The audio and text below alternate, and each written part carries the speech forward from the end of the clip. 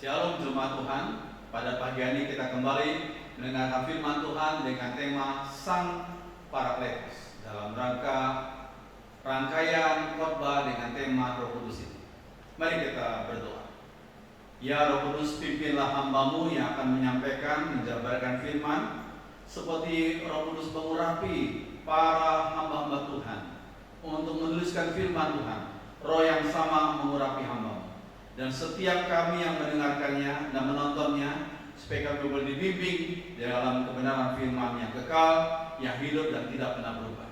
Berfirmanlah kepada kami lewat lidah hamba-Mu dalam nama Tuhan Yesus. Amin. Terus sekalian, kita akan membuka dan membaca dalam Yohanes 14 ayat yang ke-16 sampai 17. Saya baca yang hitam, saudara baca yang biru. Aku akan minta kepada Bapa, dan Ia akan memberikan kepadamu seorang penolong atau parakletos yang lain, supaya Ia menyertai kamu selama-lamanya. Itu Roh kebenaran. Dunia tidak dapat menerima Dia, sebab dunia tidak melihat Dia dan tidak mengenal Dia. Tapi kamu mengenal Dia, sebab Ia menyertai kamu dan akan diam di dalam kamu. So sekalian, kalau kita mempelajari firman Tuhan, Roh Kudus disebut sebagai parakletos dalam Yohanes 14 ayat 16 ini. Dikatakan, aku akan minta kepada Bapa, dan Ia akan memberikan kepadamu seorang penolong, parakletos yang lain, supaya Ia menyertai kamu selama-lamanya. Kata parakletos ini oleh sebagian orang waktu lalu pernah dituliskan berbeda dengan tujuan mereka sendiri. Mereka berkata periklutos. Parakletos diganti oleh mereka dengan periklutos. Periklutos artinya yang terpuji. Mengapa mereka mengubahnya? Karena mereka punya tujuan untuk mencari ayat-ayat yang mendukung nubuat tentang nabi mereka. Tetapi kalau kita belajar firman Tuhan, tidak ada satu ayat pun yang mendukung kenabian orang itu. Dalam Alkitab, tidak ada satu ayat pun dalam Alkitab yang mendukung kenabian orang itu. Terus sekalian, firman Tuhan menyebut parakletos, bukan periklutos. Terus sekalian, ini suatu hal yang penting. Dalam konteks Yunani sekalian, parakletos mempunyai arti pembela dalam pengadilan. Pembela dalam pengadilan. Orang yang diadili perlu ada pembela, dan pembela itu adalah parakletos. Kemudian arti yang berikutnya, seorang ahli yang dipanggil untuk menasihati. Seorang kalau menjadi orang yang efektif dalam menasihati, dia adalah orang yang pintar, orang ahli dalam bidangnya. Terus parakletos juga seperti itu.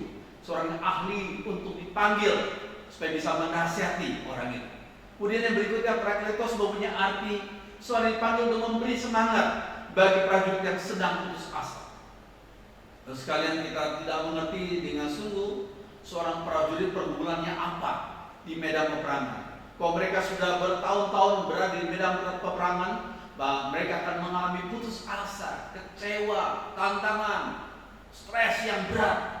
Terus sekalian, itu perlu ada orang yang dipanggil memberikan semangat bagi para prajurit yang sedang putus asa. Itulah artinya parakletos.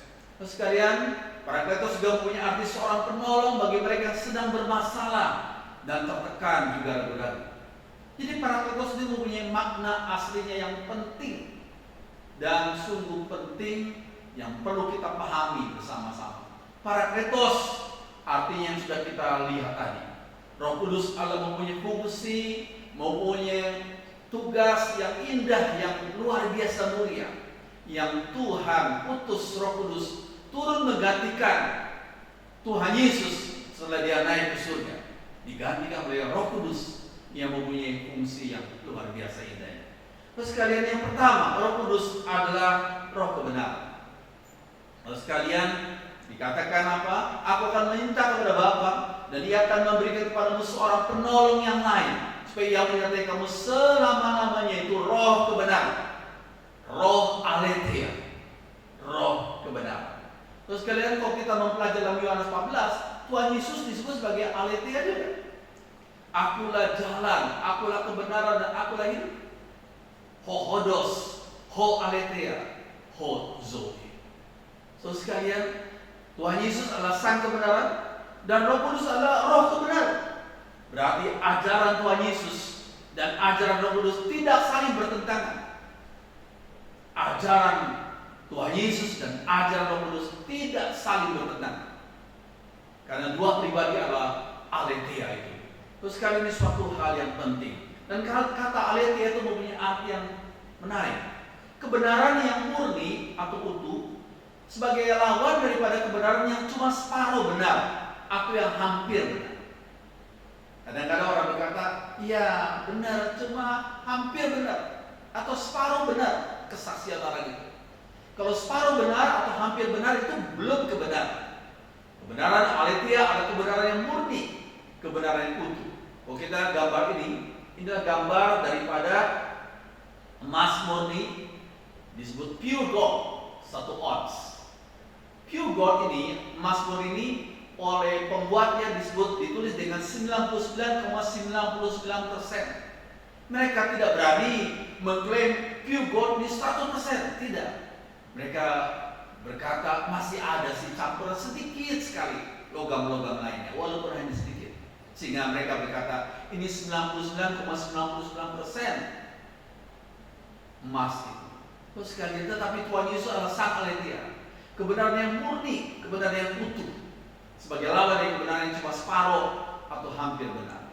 Terus sekarang kalau kita melihat gambar ini adalah gambar buku yang kemudian pernah difilmkan dan diterjemahkan dalam banyak bahasa termasuk bahasa Indonesia. Terus karena ini adalah pengarangnya yaitu Dan Brown. Terus kalian, kenapa buku ini waktu lalu pernah terkenal, pernah laris manis, jutaan buku terjual, filmnya juga laris manis. Kenapa? Karena waktu lalu orang dibohongi oleh Dan Brown. Dan Brown pintar sekali mencampurkan, mengkombinasikan antara fakta dengan fiksi.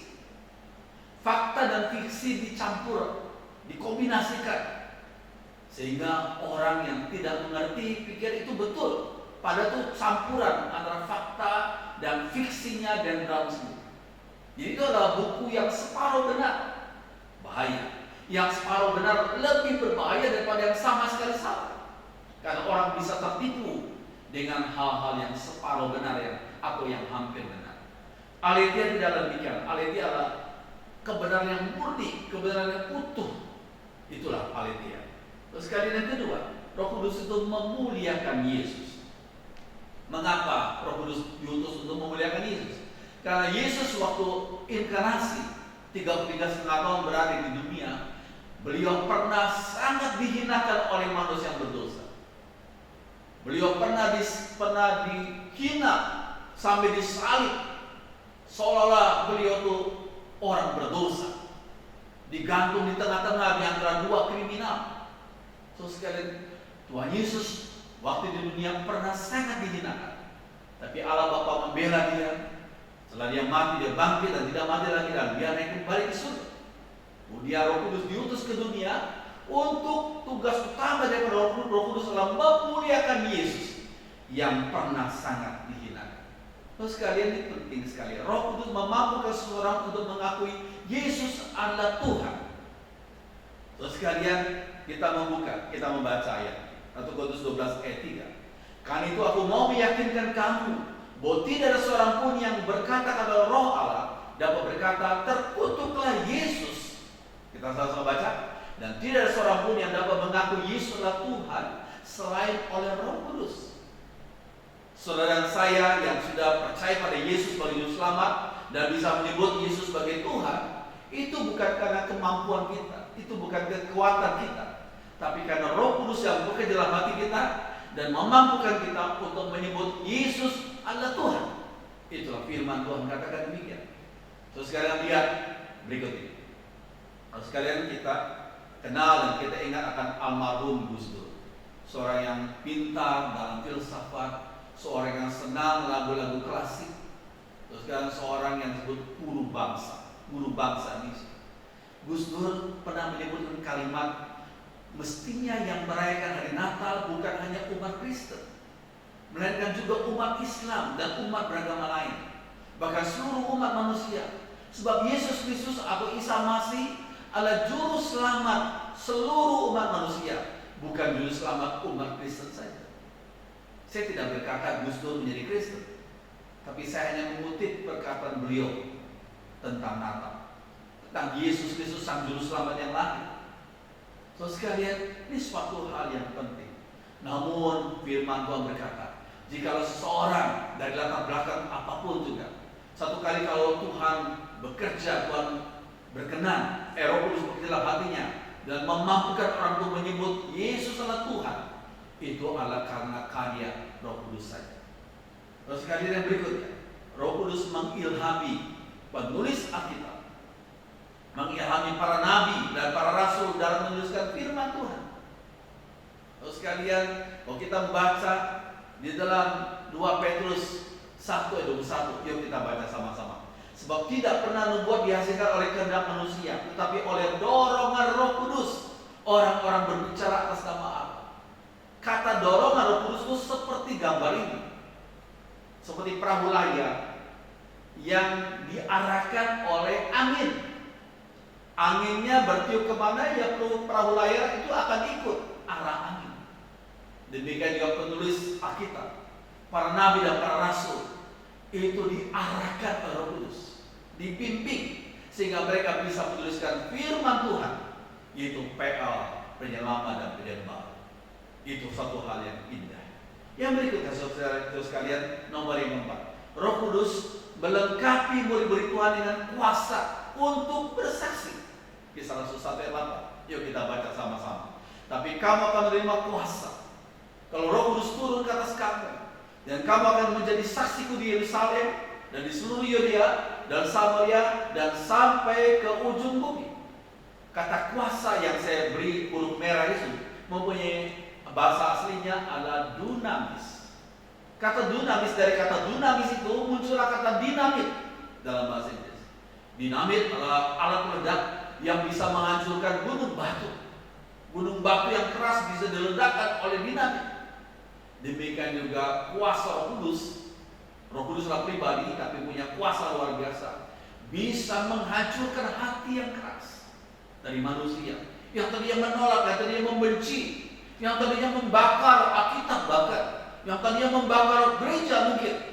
Tapi kalau Roh Kudus bekerja, punya kuasa seperti dinamit yang bisa menghancurkan gunung batu sekalipun. Terus sekali ini suatu hal yang penting. Kalau kita lihat dalam gambar berikut ini, adalah gambar dari Sadus Nasir, seorang dari keluarga Sikh, keluarga yang tadinya menolak Yesus, bahkan pernah membakar Alkitab. Tapi Roh Kudus bekerja luar biasa. Akhirnya Sadus Nasir dari keluarga Sikh ini percaya Yesus. Bukan hanya percaya Yesus, dia rela pergi mengabarkan dia ke Tibet dan tempat-tempat lainnya dengan berbaju kuning. Kemana-mana dia jalan kaki, pergi ke Tibet, tempat yang begitu dingin dan sulit, sampai dimasukkan ke sumur kering karena mau bunuh dia. Tapi Tuhan pelihara dia. Banyak orang bertobat lewat pelayanan Sadus Nasir. Kemudian kita lihat gambar ini, seorang yang disebut adalah Saifuddin Ibrahim, yang namanya sekarang adalah Abraham Ben Moses. Abraham Ben Moses tadinya seorang guru daripada kepercayaan lainnya. Akhirnya Tuhan panggil dia, Roh Kudus bekerja, membuat dia bertobat, akhirnya menjadikan dia menjadi seorang hamba Tuhan yang luar biasa. Terus sekali walaupun beliau sempat dipenjarakan, tapi beliau justru di penjara itu dia membawa banyak orang percaya Yesus sebagai juru selamat. Oh puji Tuhan. Kemudian kita lihat ini, seorang yang mantan, seorang yang pernah ngelmu dalam bidangnya, katanya pernah bisa mencomot rohnya orang, kita nggak ngerti ya. Tapi dalam ilmu gelap dia katakan begitu, Eko Hidayah. Tapi Roh Kudus bekerja, menjamah dia, menghancurkan hati yang keras. Dia sekarang menjadi pendeta untuk mengabarkan firman Tuhan. Oh ada banyak contoh lain. Saya tidak bisa sebutkan satu-satu karena waktu. Tapi kita melihat bahwa Roh Kudus memang mempunyai kuasa seperti dinamit yang bisa menghancurkan hati yang keras. Yang kelima, saudara sekalian, Roh Kudus menggerakkan hati banyak orang sehingga mau mendukung pekerjaan Tuhan. Tadinya orang itu pelit, pegang duit luar biasa kenceng, tapi kalau Roh Kudus bekerja, membuka hatinya, mendorong dia untuk mendukung pekerjaan Tuhan. Saudara sekalian, jangan kita bersandar pada manusia, tapi kita bersandar pada kuasa Roh Kudus saja. Karena Roh Kudus bisa pakai siapa saja yang dia kehendaki, membuka hati mereka, melembutkan hati mereka, sehingga mereka terdorong untuk mendukung pekerjaan Tuhan. Saya ambil contoh. Inilah gambar daripada Ibu Diana yang memberikan semacam tanda, ya, tanda souvenir bagi almarhum Tante J. Yang selama hidupnya beliau tuh, yang saya tahu, cukup lama kami kenal beliau, sekarang sudah dipanggil Tuhan. Waktu hidupnya memang beliau sebagai seorang yang berbisnis, tapi tidak mudah untuk mengeluarkan uang, ya. Tapi ketika satu kali Roh Kudus bekerja, menggerakkan dia untuk mempersembahkan beberapa ratus juta untuk pembangunan gereja GKR ini. Terus kalian kemudian kita lihat gambar ini, seminari Alkitab Asia Tenggara, bisa ada 6 hektar lebih tempat mereka untuk sekarang menjadi kampusnya, ya, di pinggiran kota Malang.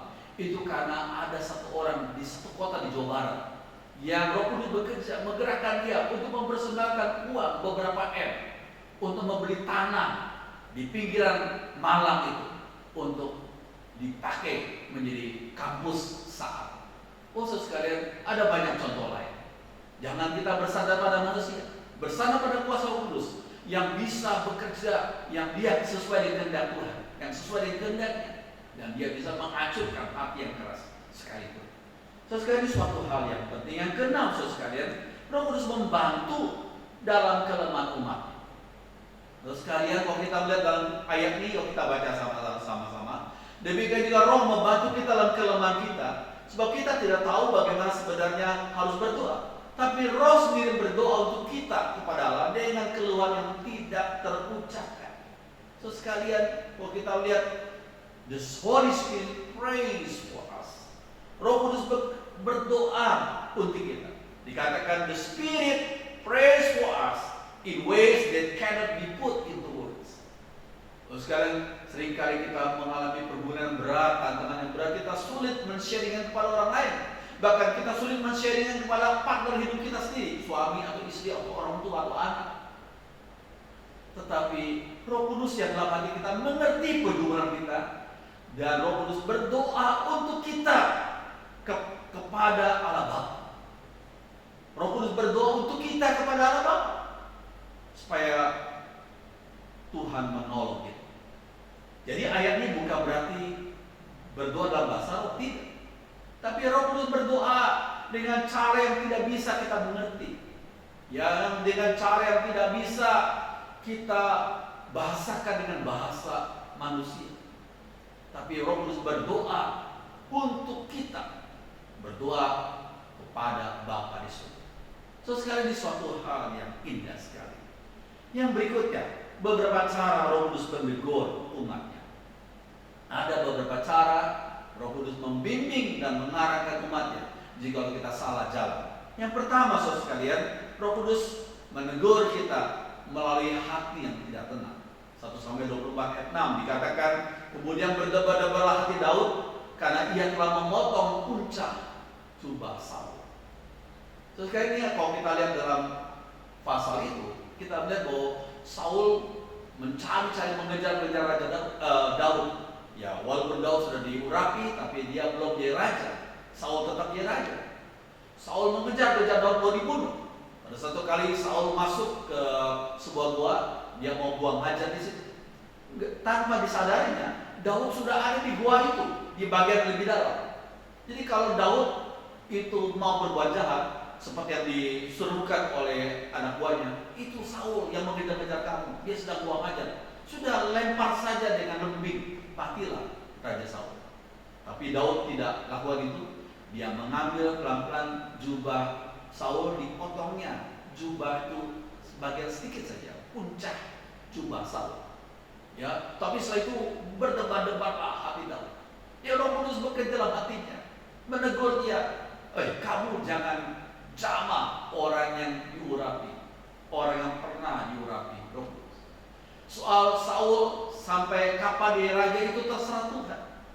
Kapan Daud bisa jadi raja secara de facto itu terserah Tuhan. Tapi kamu jangan jama orang yang diurapi, yang dipilih oleh Tuhan.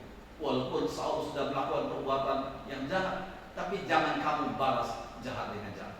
Terus kalian, seringkali Roh Kudus membuat hati nurani kita jadi tidak tenang karena kita telah melakukan perbuatan yang tidak berkenan. So sekalian, Roh Kudus itu seperti ini, seperti alarm. Roh Kudus menggerakkan hati nurani kita seperti alarm zaman kuno yang berbunyi dalam hati kita, sehingga kita jadi nggak tenang, kering gitu ya. Roh Kudus membimbing kita, mengarahkan kita, dan menyadarkan kita, kamu sudah salah, kamu sudah salah, kamu sudah bohong, kamu sudah nyontek, kamu sudah korupsi. Sehingga kita jadi nggak tenang, supaya kita bisa bertobat untuk jalan sesuai kehendak Tuhan. Itu yang pertama. Yang kedua, saudara, melalui mimpi, penglihatan, dan penyakit tertentu. Terus sekalian, kalau kita baca dalam ayat 33, Allah berbicara dengan berbagai cara dalam mimpi dan penglihatan. Allah berbicara, dikejutkannya mereka dengan teguran-teguran. Maksudnya supaya mereka berhenti berdosa dan meninggalkan kesombongan mereka. Allah menegur orang dengan pendatangan penyakit sehingga tubuhnya penuh rasa sakit. Allah bisa pakai mimpi, nightmare, ya, mimpi buruk di malam hari, penglihatan tentang supaya Tuhan bimbing kita supaya tidak salah jalan. Terus kalian, tapi Tuhan juga bisa pakai penyakit. Saya tidak berkata semua penyakit adalah akibat dosa kita. Tidak. Saya tidak berkata itu. Saya tidak berkata semua penyakit adalah akibat dosa kita. Tapi sebagian penyakit dikarenakan dosa kita. Itu betul. Tidak semua penyakit karena dosa, tapi sebagian penyakit Tuhan pakai untuk menegur kita. Ambil contoh penyakit sifilis. Ya, terus kalian, karena orang itu melanggar moral. Ada juga penyakit diabetes atau penyakit tertentu kolesterol. Mungkin karena orang itu kurang bijaksana mengatur pola makannya atau kurang olahraga. Ya, terus kalian, ada sebagian penyakit yang dipakai itu untuk menegur kita supaya kita boleh berjalan, boleh mempunyai pola hidup yang sesuai dengan kehendak Tuhan. Sehingga kita perlu sadar dan dengan rendah hati kita berkata, ampuni saya Tuhan. Saya mau kembali dengan hidup berkenan di hadapan Tuhan.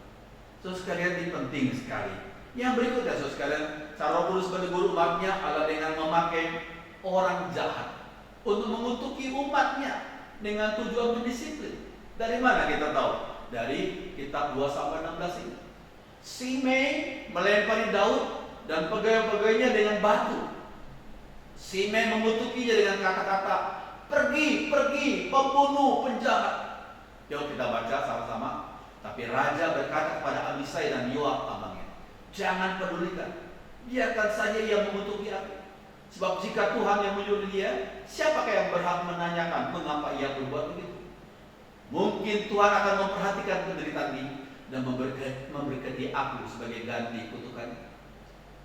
Daud pada waktu itu sudah jadi raja. Ketika Tuhan izinkan Absalom mengkudeta anak kandung Daud, mengkudeta dia. Daud tidak mau langsung berhadapan dengan Absalom sebab itu anaknya sendiri, sehingga dia mengungsi. Dan ketika dia keluar dari istananya, Tuhan izinkan Simei melempari Daud dengan batu, mengutuki dengan kata-kata, pergi, pergi, pembunuh, penjahat. Wah, membuat debu di perjalanan. Sampai-sampai Abisai dan Yoab itu, panglima Daud, berkata, izinkan kami menyeberang sungai itu dan memotong lehernya. Dipotong saja leher si Simei. Tapi Daud berkata, janganlah Tuhan. Sebab jika Tuhan menyuruh Simei untuk mengutuki aku, jangan kita berkata, jangan Tuhan, jangan suruh dia. Enggak, itu terserah Tuhan. Kenapa Tuhan suruh Simei mengutuki Daud? Karena memang Daud sudah berdosa. Dia sudah berzina dengan Batsheba, istri prajuritnya. Bahkan membunuh suami Batsheba itu Uria. Sehingga Daud itu harus mengalami teguran Tuhan akibat dosanya. Dosanya diampuni Tuhan, tapi akibatnya harus Daud tanggung. Sehingga Daud berkata, biarkan Simei mengutuki aku. Mungkin Tuhan akan memperhatikan penderitaan ini dan memberkati aku sebagai ganti kutukan itu. Atau sikap yang bagus sekali daripada Daud. Dia tidak mengutuki orang itu yang sudah mengutuki dia, tapi dia berkata, kalau Tuhan suruh dia mengutuki aku, kita nggak bisa berbuat apa-apa, biarkan saja. Ya, terus kan ini suatu hal yang indah, yang penting dari sikap Daud, dan kita perlu teladani. Terus kalian, kata disiplin ini mempunyai arti yang penting. Seringkali Tuhan mendisiplin kita sebagai umatnya. Kata disiplin berkata dengan kata disciple, yang artinya murid. Terus kalian, Tuhan dalam Matius 28 berkata, jadikanlah semua bangsa muridku. Tidak dikatakan jadikan semua bangsa umatku, orang percaya. Tidak hanya gitu, tapi jadikanlah semua bangsa muridku. Murid adalah orang yang suka belajar. Murid adalah orang yang suka melakukan perintah Tuhan. So sekalian, tetapi kalau kita belajar perintahnya, kita ditegur, kita didisiplin, supaya kita bisa menjadi murid Tuhan. Ya, terus sekalian, Tuhan ingin agar kita menjadi murid kebenaran. Jangan kita berlaku yang tidak sesuai dengan kehendak Tuhan. Terus sekalian, Raja Daud ditegur Tuhan karena ia telah berzina dengan Bathsheba dan membunuh suaminya juga, yaitu Uria. Terus sekalian, dan Tuhan mengizinkan Simei untuk mengutuki Daud agar hambanya yaitu Daud ini tidak sombong. Tuh, kadang-kadang Tuhan izinkan orang tertentu yang jahat mengutuki kita, bahkan memfitnah kita. Jangan kita balas dengan fitnah lagi, jangan kita balas dengan kutukan lagi. Tapi kita berkata seperti Daud, kalau Tuhan izinkan, kalau Tuhan suruh dia orang itu untuk mengutuki saya, jangan kita menolak, biarkan saja.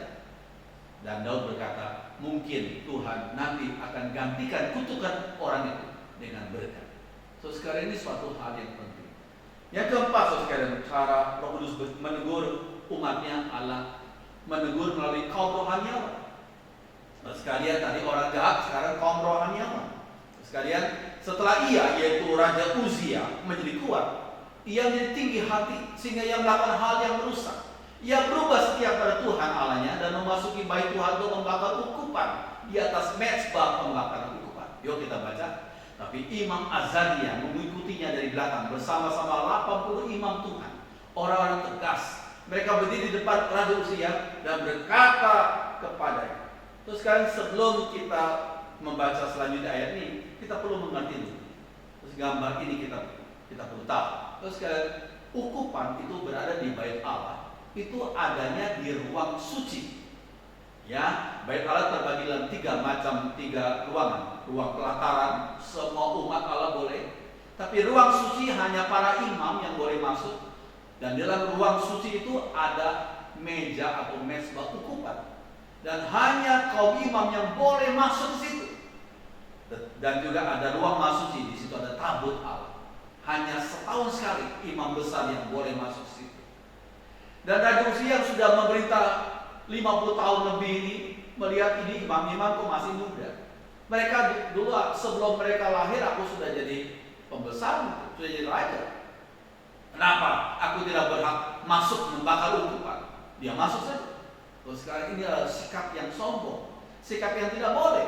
Hanya Imam Azaria dengan 80 orang yang taat, yang setia, yang berani menegur Raja Uzia. Kamu nggak boleh masuk, ini adalah tempat kaum imam saja. Terus sekalian, maka mereka dikatakan, hai Uzia, engkau tidak berhak membakar ukupan kepada Tuhan. Hanyalah imam-imam keturunan Harun yang telah dikuduskan yang berhak membakar ukupan. Yuk kita baca. Keluarlah dari tempat kudus ini, karena engkau telah berubah setia. Engkau tidak akan memperoleh kehormatan dari Tuhan Allah karena hal ini sikap Imam Azaria yang begitu berani menegur raja. Tapi ini memang harus, karena dia melakukan ini adalah berdasarkan firman Tuhan. Terus sekali kok kita lihat gambar ini, ya, dan kita lihat ayat berikutnya. Tapi Uzia dengan bokor ukupan di tangannya untuk dibakar jadi marah. Dia sebagai raja ya, marah. Apa-apaan nih? Kamu lebih muda, kalian lebih muda. Tapi sementara amarahnya meluap terhadap para imam, timbullah penyakit kusta pada dahinya. Di hadapan para imam di rumah Tuhan dekat mezbah pembakaran ukupan.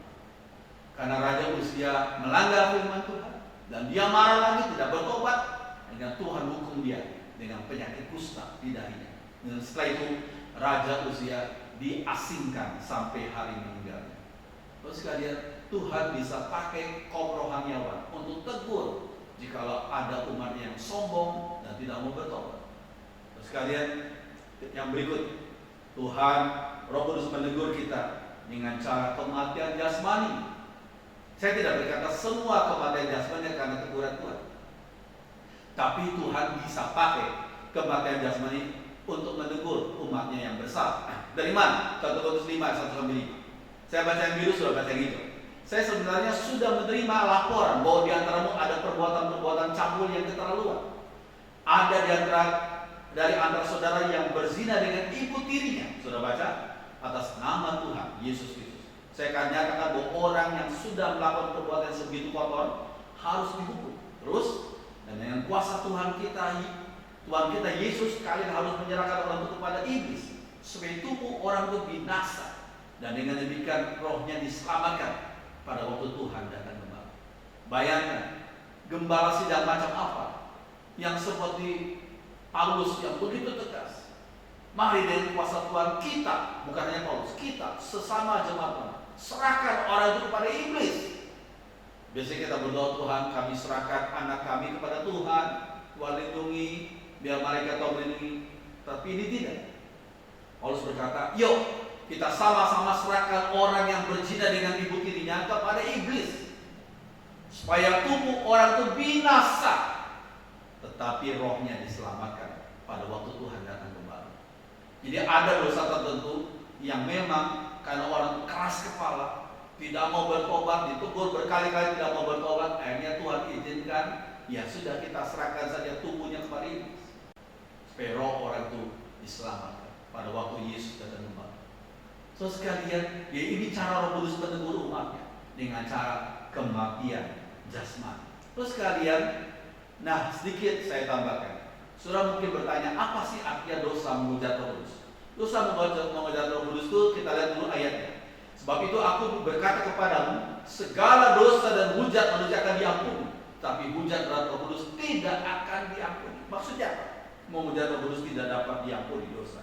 Terus sekalian, firman Tuhan berkata, apabila seorang mengucapkan sesuatu tentang anak manusia, ia akan diampuni. Tapi jika ia menentang Roh Kudus, ia tidak akan diampuni. Di dunia ini tidak, dan di dunia yang akan datang pun tidak. Maksudnya, sekalian, kalau kita lihat penjelasan, Yesus berkata dalam Yohanes 16 ayat 8 sampai 9 dikatakan, kalau Roh Kudus datang, ia akan menyatakan pada dunia arti sebenarnya dari dosa, dari apa yang benar dan dari hukuman Allah. Ia akan menyatakan bahwa tidak percaya pada dosa.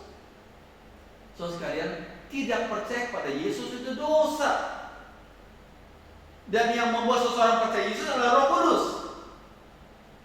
Tapi Roh Kudus yang bekerja dalam hati seseorang, dan orang itu terus menentang karya Roh Kudus yang mau mendorong dia untuk datang pada Yesus, terus ditentang sampai matinya. Orang itu terus menentang pekerjaan Roh Kudus untuk membawa dia kepada Yesus, ditentang terus.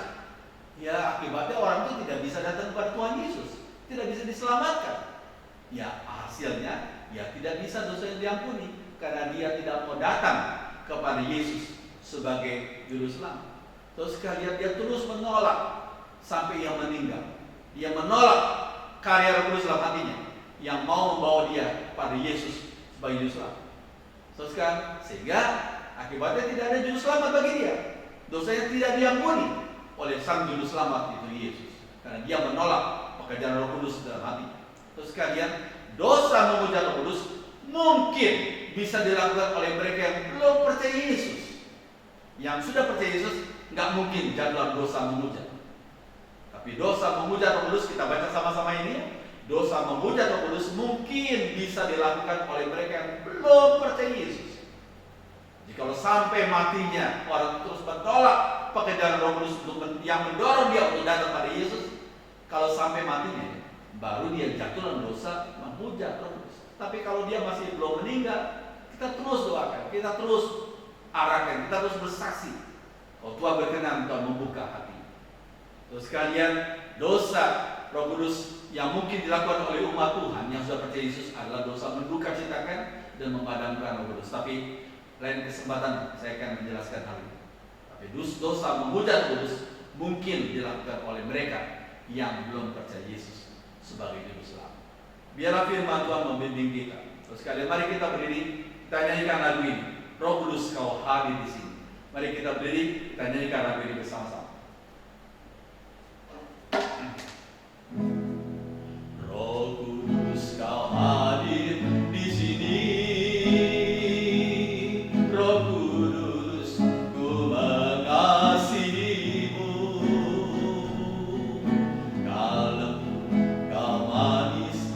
Allah penghiburku, penolongku, diutus Bapakku.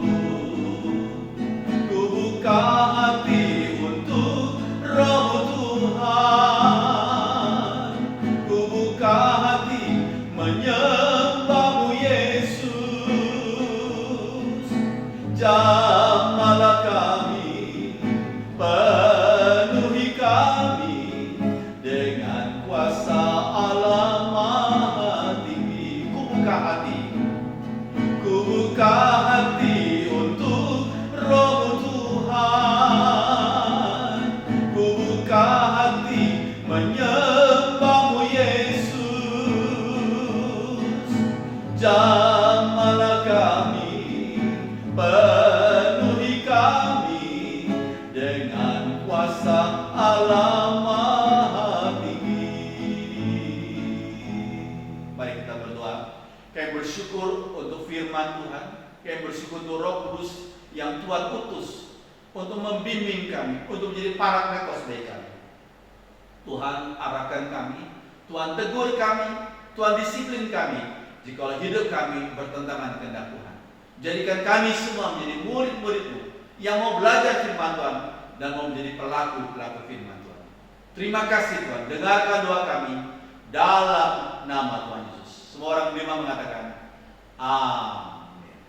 Silakan.